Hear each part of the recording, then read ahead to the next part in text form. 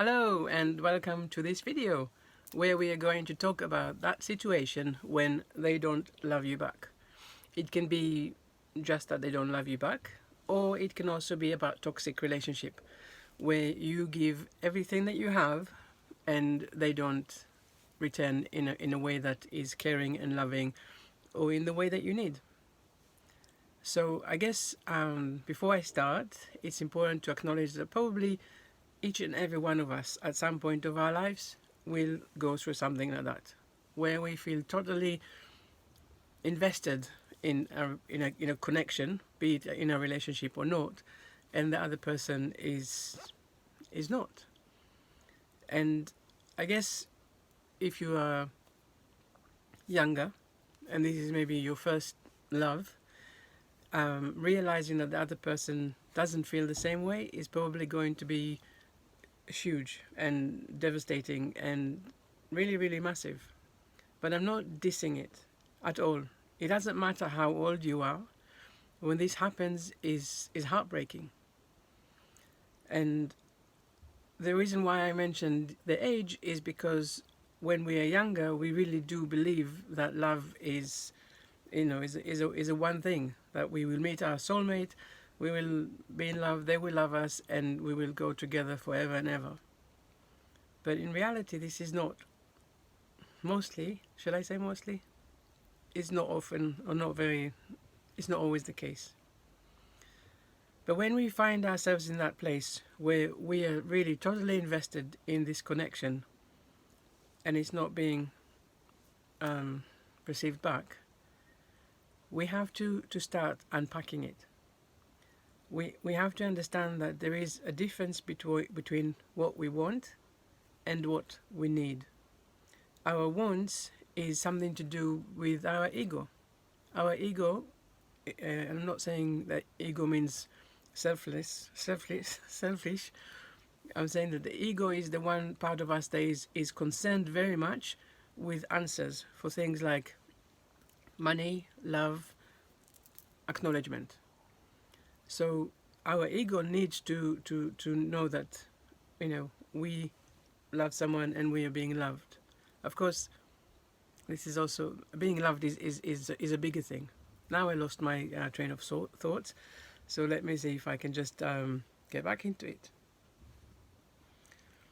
There is a difference between feeling that this person is mine and we are meant for each other and we are going to go through life together forever and ever, versus showing up in a relationship which is nurturing and is giving us exactly what we need.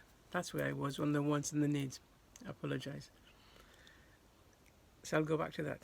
So our wants are ego-based. Our ego wants to know, it wants to tick off this box that says, I am in a relationship, I am loved, I love and I'm being loved. But the needs are different. The needs in this instance is actually to do with what is right for us on our journey in life. So maybe the person in question was wonderful to us.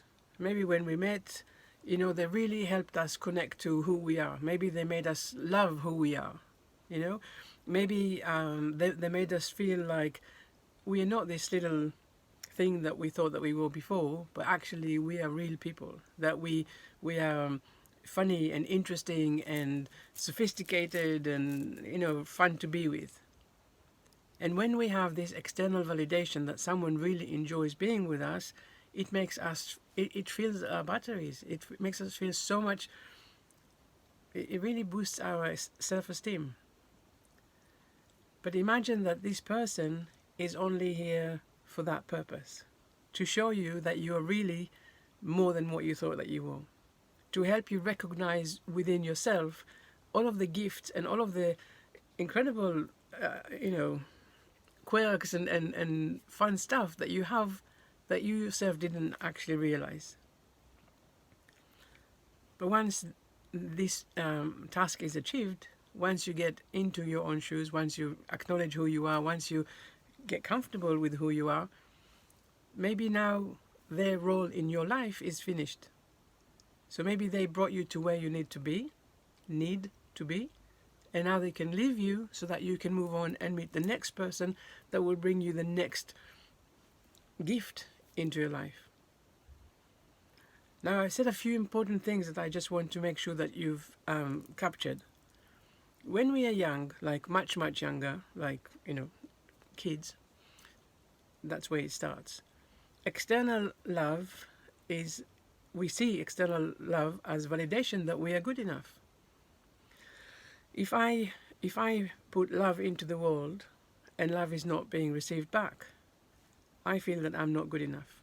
I've done something to repel you. I do something that means that you don't like me, you don't love me.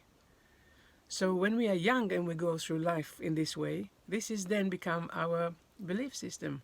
We go out into the world believing that actually when we see love runs away. So when we go around life like that, it's skewed.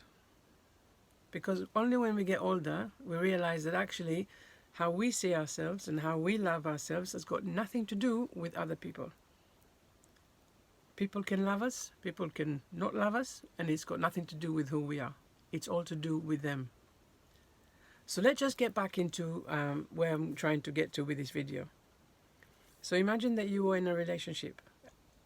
It doesn't matter how long it's lasted. Be it a 5-minute thing, be it a 5 years thing, it doesn't matter. But when you recognize that this relationship is not working anymore, or that you, as I said before, you invest everything and they don't give it back, you don't feel that they're as invested, or maybe they turn their back, or maybe they disappear, or maybe they're really nasty, or it can be so many many things. Yeah, it can be so many, very many different things. The point is that now you are left here trying to make sense out of everything. Now, in any relationship, mostly, there is an attachment. It means that we become attached to that person and to the way that they make us feel. If that person, as I said earlier, if that person makes something in you alive, then you will be looking for that person to keep doing that again and again and again. So when you recognize that actually this is not happening anymore because maybe they withdrew their interest, you have withdrawals, right? You want that. But again, I said the word want, because that's again going back to the ego, to the attachments. And attachments equals suffering. Because when we are attached, we put all of ourselves in their hands. But we can't do that, because if they're not giving it back, what do we have left with our lives? Nothing. We will always be, coming from a place of lack. We have to find it within ourselves to create this self-love. And actually, when we love ourselves, other people, are more attracted to us, because we are not maybe as needy as when we seek the validation. I hope you see that this is like a catch-22, because if the more needy you are, the less external love you're going to receive, and the other way around. The more confident you are, you don't actually care about the external validation. It's all about you. Back to what I want to talk about, and this is the understanding that people come and people go. People might love you for a bit, or might give you attention for a bit, and then they might go away. And it's not about you, it's about them. And just understand that if this is meant to be, it will be. When things are meant to be, they just fall into place so beautifully and so smoothly. It doesn't mean that this place that you are now, where you feel pain, it doesn't mean that it's not meant to be. But it does mean that there is something before the meant to be that you have to walk out. There is a little glitch, a little bump in the road that when you iron it, when you smooth it, then you will be where you need to be. You need to learn to trust that where you are now is exactly where you're meant to be. The pain you are suffering now, the pain you are feeling now, is preparing you for something better that is coming, bigger and better that is coming. Even if it's with the same person. It just means that at the moment you are not flowing together. It can mean that at the moment you're just flowing in, against each other. And you need this time apart to learn to how to flow together.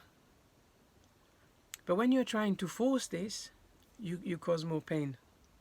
When you trust, you know that whatever is meant to be will be, and you're just connecting to what it is that you can actually do.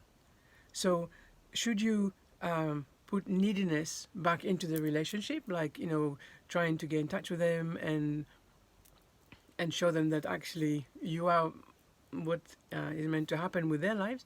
Or do you take it as a sign and you reflect inwardly? What does it mean about me? What is the gift that I've just been given? Painful, for sure, but what is the gift? What is here beyond the pain? Because we only grow from pain. We only grow when it's uncomfortable and it's painful and it's like, because if it was fine, it would be the comfort zone. We would be very comfortable. We would never move. We will never grow. We will never get anywhere. So when we get the pain, we say, okay, so the universe is trying to teach us something. It's trying to shape us, to do something that without it we would never do and become. So what is the gift? What is this situation telling you that without it you would not be able to see it? I remember a time when I was in such a relationship. It was a long time ago. And yes, I wanted this person to be in touch. It was I felt that I would get up in the morning just so that he would be in touch. And then when he wasn't, that was that was very painful.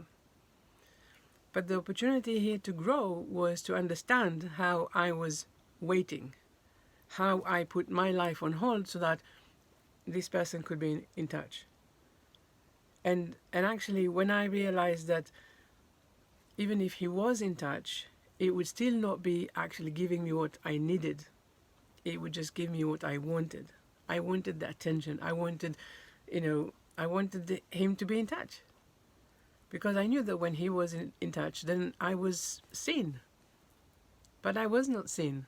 Because the reason for him getting in touch was not the reasons why I wanted him to get in touch. Do you see? So when I thought to myself, so what is the gift? The gift was about understanding that I was wishing my life away. And that even if it did happen, it wasn't for the right reason. So what can the gift be for you? Now, sometimes I mentioned earlier about toxic relationship. Toxic relationships are more complicated, for sure, because there is a lot of emotional abuse in toxic relationship. It really means that you are in a relationship and one person is really making the other person feel inadequate and like they are poison. So it's a very sad emotional welfare. But in any case, the important bit is to understand is that whenever it's about someone else or about the other person, it means that you are giving your powers away. When you are waiting for this external validation, it means that it's like you don't know who you are. So I'm encouraging you to take a step back and to try and separate between what you want and what you really need. Sometimes, and I just said that before, but I feel I need to repeat it. But sometimes, really, people come into our lives for a very specific reason, and this reason is to teach us something, to bring us, to help us cross the bridge towards where we need to be. Okay, an example of one of my clients. So, she was married. And after, I don't know, 20 years of marriage, she divorced her husband. but the divorce was, or the separation was very sudden. In marriages, a lot of the time, this kind of things happen. Like the breakup is very sudden. But the question was, for her, was what do I do now? Who am I after being, in this relationship for such a long time? Who am I now? What do I do with my life? And also, of course, she had all this, a lot of anger and resentment towards her husband. And what we were able to work out was that actually he was instrumental in helping her step out of where she was before they got married. And also because that when she was married, her, who she was put on hold.